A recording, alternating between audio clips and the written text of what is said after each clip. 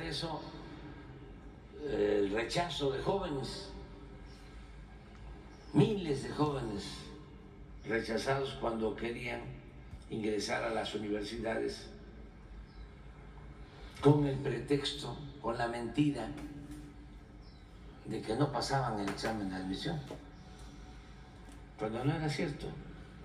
No es que no pasaran el examen de admisión, es que no había cupo, no había espacio, porque no se destinaba presupuesto a la educación pública.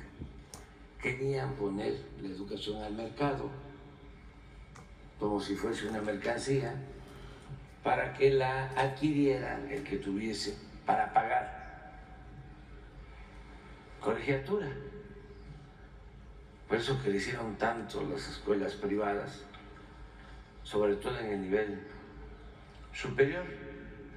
Pero como lo hemos visto hasta cierto punto, porque ¿de dónde saca la mayoría de la gente, las familias de campesinos, de obreros, de integrantes de clases medias bajas, para pagar colegiaturas? Por muy poco que se cobre, no hay para pagar la educación. Yo no estoy en contra de la educación privada, lo he dicho muchas veces. El que tiene para pagar colegiatura está en su derecho,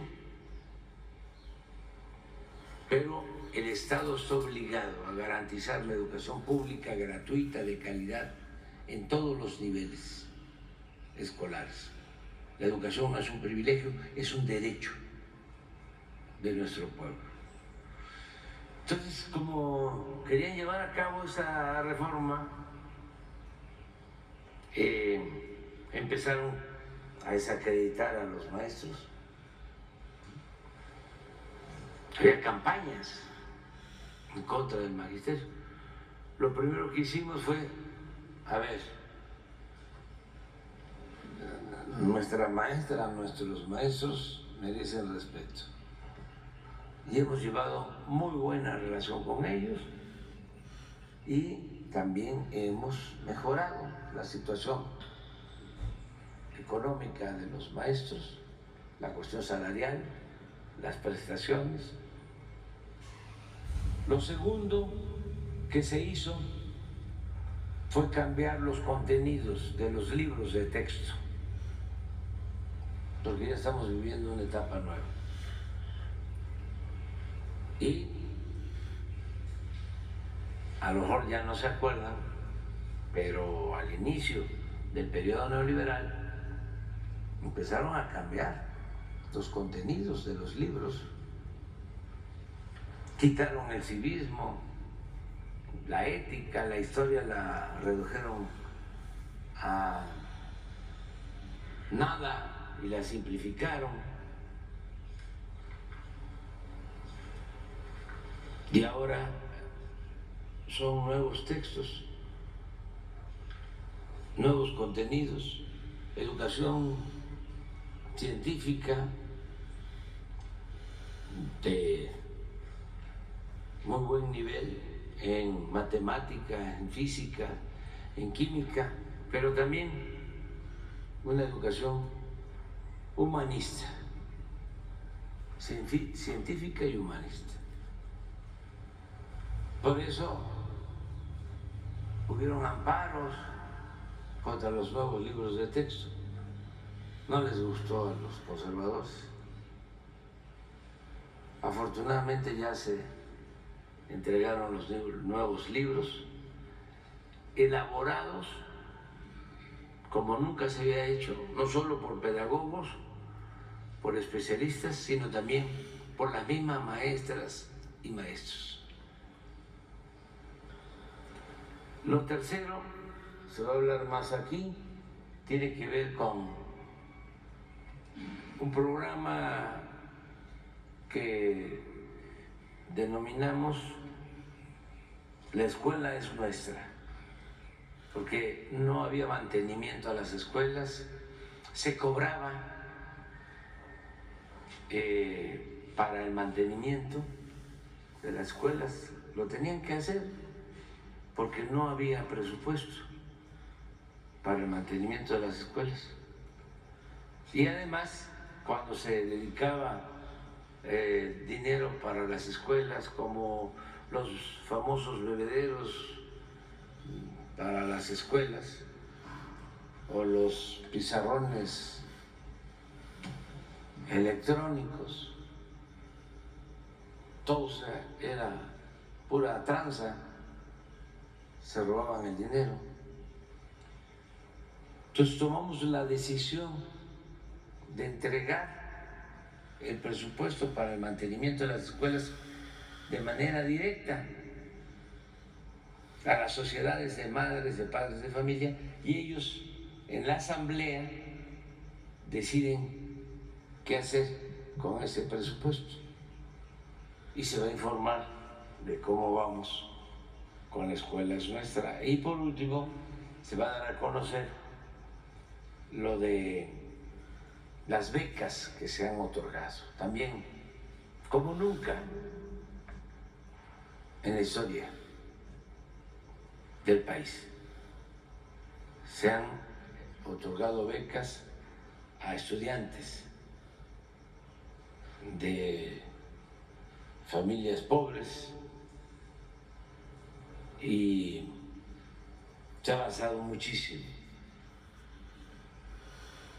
Quiero también aprovechar para decir que he contado con todo el apoyo de la maestra Leticia Ramírez como secretaria de Educación,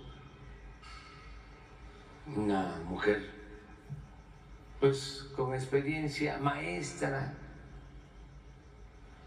además con convicciones, con principios, honesta, trabajadora,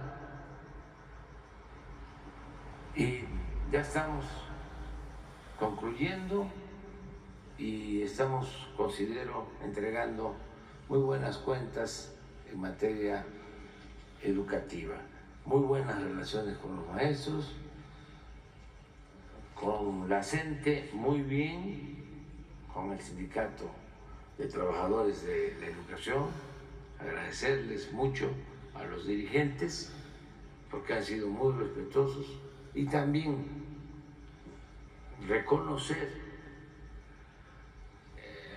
el trabajo, la lucha de los integrantes de la CENTE, porque es una vanguardia que ha permitido defender la educación pública. En los momentos de más apogeo neoliberal, ellos dieron la cara y sufrieron mucho porque fueron reprimidos. Pero gracias a esa lucha se salvó, se rescató la educación pública, que es importantísima para el desarrollo con justicia en nuestro país. Entonces, vamos, Leti, pero Elizabeth primero. ¿Sí?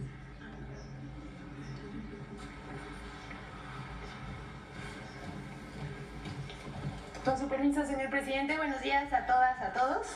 Hoy es 26 de junio del año 2024. Esta es la sección Quienes quieren las mentiras de la semana. Hoy traemos una nota que nos pareció muy importante porque es falso que la planta Nissan en Aguascalientes cerrará este año. Los conservadores no cejan en su empeño de inventar noticias falsas. No les importa lo que ha sucedido. Toman cualquier tema para atacar al gobierno. Esta vez, un medio llamado Tiempo y Plumas Libres publicaron con el mismo título que la planta armadora de autos Nissan abandonaría operaciones en Aguascalientes porque la cuarta transformación, dicen, no ofrece garantías a la inversión, lo cual resultó absolutamente falso y un despropósito, porque al final vamos a ver que hay un final feliz en esta nota falsa. Sin embargo, circuló en redes esta mentira. Hay que decir que echaron mano de los robots y cuentas automatizadas que siguen por ahí. La empresa japonesa Nissan desmintió las versiones de su retiro a través de un comunicado oficial. Ellos dijeron que continúan con su operación habitual sin ninguna afectación en todas las plantas de la compañía en territorio nacional, incluyendo todas sus operaciones en el estado de Aguascalientes. Ellos dicen también, en Nissan Mexicana estamos comprometidos con el estado de Aguascalientes y el país, como lo hemos hecho en más de 60 años de experiencia que tenemos en México. Resultado de este compromiso, Nissan Mexicana se ha posicionado como líder indiscutible del mercado automotriz en México durante 16 años consecutivos. Y el final feliz en todo esto es que no solamente se equivocan y mienten, sino que ayer la Nissan anunció que va a invertir $700 millones en 2025 para armar una camioneta. Es la Nissan Kicks, es un nuevo modelo que va a exportar a 77 países. 700 millones de dólares de inversión de la Nissan, no se va a ningún lado, se queda en México porque hay garantías para las empresas. Y bueno, pues quedaron. Pero hasta aquí esta noticia falsa, vamos con otra, pero tenemos un posicionamiento. El periodista mejor pagado de México, Carlos Loret de Mola, y su medio Latinos, han estado repitiendo en todos lados que es víctima de una persecución por parte del gobierno. Lo hemos visto todos, lo hemos escuchado todos. Primero aclarar que ya no existe la censura oficial y los periodistas y los medios de comunicación hacen pleno uso de su derecho a informar y ejercer sin cortapisas la libertad de expresión, incluido Loret y sus amigos. Solo recordar que el pueblo de México ya no se deja engañar. Nadie está siendo perseguido por este gobierno. En México hay libertades plenas. Y pese a todas las publicaciones que han hecho, nosotros seguimos en esta convicción. Nadie será callado en este gobierno. Todas las libertades para todas las personas. Pero va una prueba de cómo se equivocan y se vuelven a equivocar y repiten mentiras. Para aquellos que solo oyen el mantra de que el poder judicial no se toca, les compartimos aquí la opinión de Mike Vigil, exagente de la DEA, que cuestiona a la agencia estadounidense por descalificar la reforma judicial en México. Ya sabemos que están en contra de todo y opinan que es mejor elegir a los jueces por voto popular. Vamos a ver lo que dice el exagente de la DEA. En concreto, la DEA hace mal en opinar al respecto, Mike. Exacto, y mira, yo prefiero que los jueces sean elegidos porque no tienen que buscar favores y no deber favores. Aparte de eso, las elecciones son más transparentes. Y lo tercero, eso crea diversidad en las elecciones, porque aquí, por ejemplo, hay hispanos que jamás los fueran nombrados como jueces si no fueran sido elegidos. Entonces, por esas razones, yo prefiero que tengan elecciones para tener más transparencia. Okay. Pues ahí está. Que cada quien haga sus conclusiones sobre esto. Y vamos a un brevario que nos pareció muy importante presentar hoy en la sección, porque Julian Assange es libre. La libertad de expresión ganó y Julian Assange fue liberado tras una lucha de 12 años contra la persecución de Estados Unidos. Julian Assange es un ejemplo de las batallas por las libertades y los derechos de todas y todos. Assange fundó Wikileaks en 2006 con el objetivo de desafiar las estructuras de poder y defender los derechos humanos en una búsqueda de transparencia y verdades radicales. Entonces, Wikileaks fue concebido para publicar material enviado de forma anónima. Así se publicó el manual de operaciones del ejército estadounidense para su campo de detención en la bahía de Guantánamo. y documentos internos de la Iglesia de la Cienciología. En 2010, Wikileaks llamó la atención del mundo al publicar un video de una operación militar estadounidense en Irak, donde se muestra un ataque militar contra civiles desde un helicóptero en octubre de 2007. Poco después, Wikileaks publicó miles de documentos militares estadounidenses clasificados relacionados con las guerras en Irak y Afganistán, así como miles de cables diplomáticos. Assange afirmó que se trataba de pruebas convincentes de crímenes de guerra.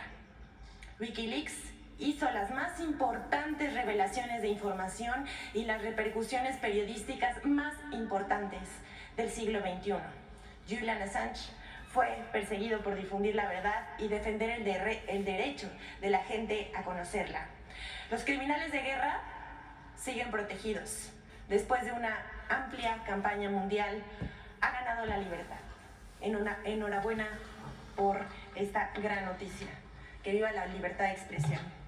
Y por último, presentamos la colaboración Infodemia dedicada a la campaña de mentiras sobre la supuesta persecución oficial contra Loret de Mola y latinos.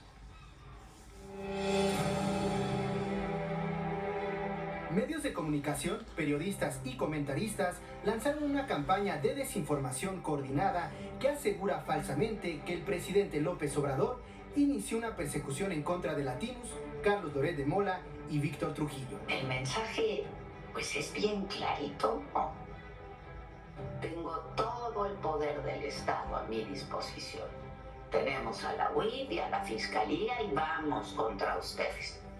Y en este contexto es que resulta tan preocupante que Latinos anunciara que suspenderían por 2 meses la transmisión de su programa. En lugar, como dice Carlos Loret, en lugar de ir por los ratas que ellos denuncian, van por los que denuncian y dejan a las ratas libres. Estamos frente al enésimo episodio de esa política, con las indagatorias que la Unidad de Inteligencia Financiera, convertida en el brazo inquisitorial del gobierno, ha emprendido en contra de latinos, de Carlos Loret y su esposa, y de Broso, por el simple delito de haber ejercido la crítica y no haberse plegado a los intereses del poder. Lo que le están haciendo ahorita a Carlos Loret y a su esposa, ¿sí? ¿Hay algún motivo, yo pregunto, para que se intervengan sus cuentas? 1. Falso que el presidente López Obrador inició una persecución en contra de latinos, Carlos Loret de Mola y Víctor Trujillo a través de la Unidad de Inteligencia Financiera de la Secretaría de Hacienda. El 22 de junio, Penilei Ramírez publicó en Reforma una columna que aseguraba que una fuente de la Comisión Nacional Bancaria y de Valores buscó discretamente al periodista Víctor Trujillo para decirle que la UIF estaba investigándolo. La columna asegura sin ningún sustento que la Secretaría de Hacienda inició 2 supuestas investigaciones, una en febrero y otra en junio, contra Trujillo, Carlos Loret de Mola y 2 empresas relacionadas con latinos. Sin embargo, para establecer su narrativa de venganza y persecución contra latinos, la columna omite, como otros comentaristas, políticos de oposición y usuarios de redes sociales, que la Ley de Instituciones de Crédito otorga la facultad a la Secretaría de Hacienda de solicitar reportes sobre los actos, operaciones y servicios que realizan con sus clientes y usuarios, sin que necesariamente esto signifique una investigación judicial contra latinos, sus socios o miembros. Además, en su conferencia del 24 de junio, el presidente López Obrador aseguró que es falso que su gobierno persiga, investigue o censure a algún periodista. Una vez más, Andrés Manuel López Obrador utiliza el aparato del Estado contra nosotros. En la mañanera de este lunes confirmó la investigación emprendida por la Unidad de Inteligencia Financiera en contra de nuestro compañero Carlos Loret de Mola, su esposa, Víctor Trujillo y el propio medio. 2. Falso que el presidente López Obrador confirmó la investigación de la UIF contra latinos. En su conferencia del 24 de junio, el presidente dijo que la UIF tiene la capacidad de investigación financiera en concordancia con los tratados internacionales, pero no confirmó investigación alguna contra latinos, como publicaron Latinos y Carlos Loret de Mola en sus redes sociales, a pesar de que el mismo conductor aseguró a Penilei Ramírez que no sabía que hay una nueva investigación de la UIF sobre él. 3. Falso que Pablo Gómez persiga a periodistas y opositores al régimen. En su columna del 25 de junio, Carlos Loret de Mola cita falsamente al presidente López Obrador al asegurar que quizá Pablo Gómez, titular de la UIF, hizo la presunta investigación contra Latinus por su lado, porque es su trabajo detectar movimientos extraños en las cuentas. Sin embargo, el presidente declaró el 24 de junio que puede ser que esta institución, la UIF, tenga una investigación porque tiene ese trabajo de ver movimientos extraños en las cuentas. Es una oficina de investigación financiera que se tiene en México y se tiene en todo el mundo para cuidar lo relacionado con el lavado de dinero. Y añadió, ya parece que voy a andar yo diciéndole a Pablo Gómez. Infodemia. Es cuanto, señor presidente. Que todas y todos tengan un buen día.